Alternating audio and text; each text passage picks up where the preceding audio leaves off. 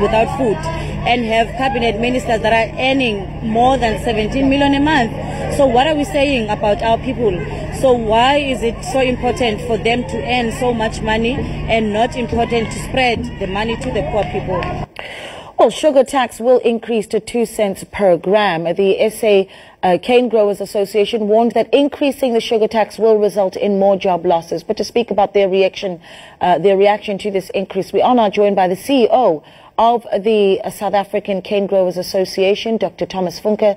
Dr. Funke, good afternoon to you. Thank you so much for joining us. Initial reactions to what we heard from the Finance Minister this afternoon, that 2 cents, what is it, that tax increase that we saw there. Yeah, good afternoon. We're extremely disappointed at the increase of the tax.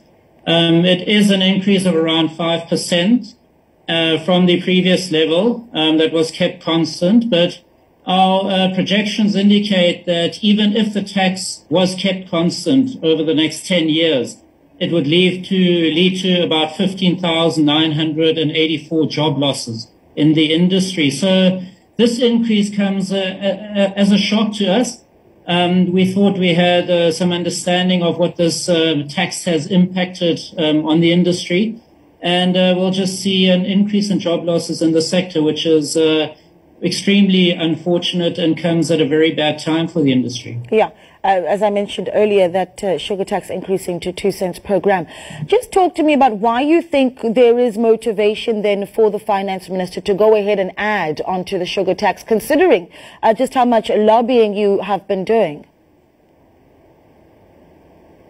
Yeah, I can only see one reason, and that's to generate revenue.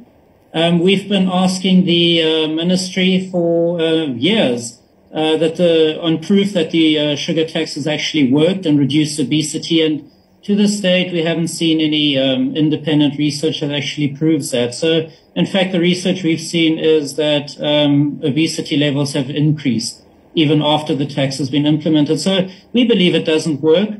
What it has done is it has created a situation of crisis in our sector, and it has resulted in job losses. So it is extremely unfortunate, but in my opinion, it is a way of generating some income for government. Yeah, I'd be interested to hear you perhaps paint a picture for how a sugar tax then trickles down and impacts the farmers on the ground. I mean, you talk about job losses. I'm really looking for how those dots connect, and perhaps, you know, a few vulnerable groups as well that are involved in the sector and how they're impacted.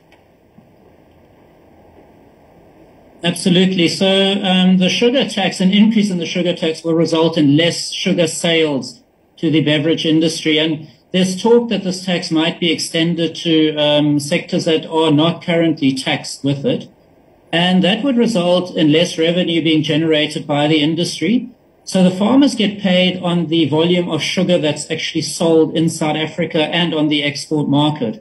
We have 21,000 small-scale growers that are part of our membership base in the sugar industry. Right. And that means that these small-scale farmers are impacted severely by any increase in the tax because it's as a result of lower sales. Right.